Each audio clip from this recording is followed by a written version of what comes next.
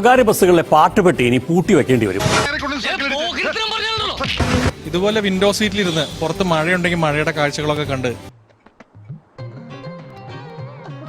ബസ്സിൽ ഇങ്ങനെ പാട്ടും കേട്ട് യാത്ര ചെയ്യാൻ, ബസ്സിലെ പാട്ടും കേട്ട് യാത്ര ചെയ്യാൻ പൊതുവെ എല്ലാവർക്കും ഇഷ്ടമാണ്.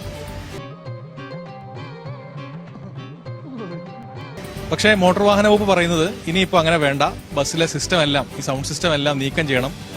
കഴുത്ത് വരെ പെരുമ്പാമ്പ് വിഴുങ്ങി അവന്റെ തലയില് ഹാന ചവിട്ടിന്ന് പറഞ്ഞ പോലെ നീക്കം ചെയ്തില്ലെങ്കിൽ പണിയാണ് എന്നുള്ള കാര്യമാണ്. ഇത്രയും വലിയ ഗതികെട്ടവൻ ഈ ലോകത്ത് വേറെ ആരെങ്കിലും ഉണ്ടാവും എന്റെ കർത്താവേ. അത് നേരത്തെയുള്ള ഓർഡറാണ്. ഉണ്ടോയി പൂച്ചിട്ട് വല്ലോടത്തും നടയടാ വർത്താനം പറയാൻ നടക്കണം. മോട്ടോർ വാഹന വകുപ്പിന്റെ നടപടി ബസ് ജീവനക്കാർക്ക് അത്ര സുഖിച്ചിട്ടില്ല. അത് പിന്നെ ഉറങ്ങുന്നതിന് മുമ്പ് എന്തെങ്കിലും കിട്ടണ്ടേ? പോയി കിടന്ന് ഉറങ്ങാൻ നോക്ക്. പോ.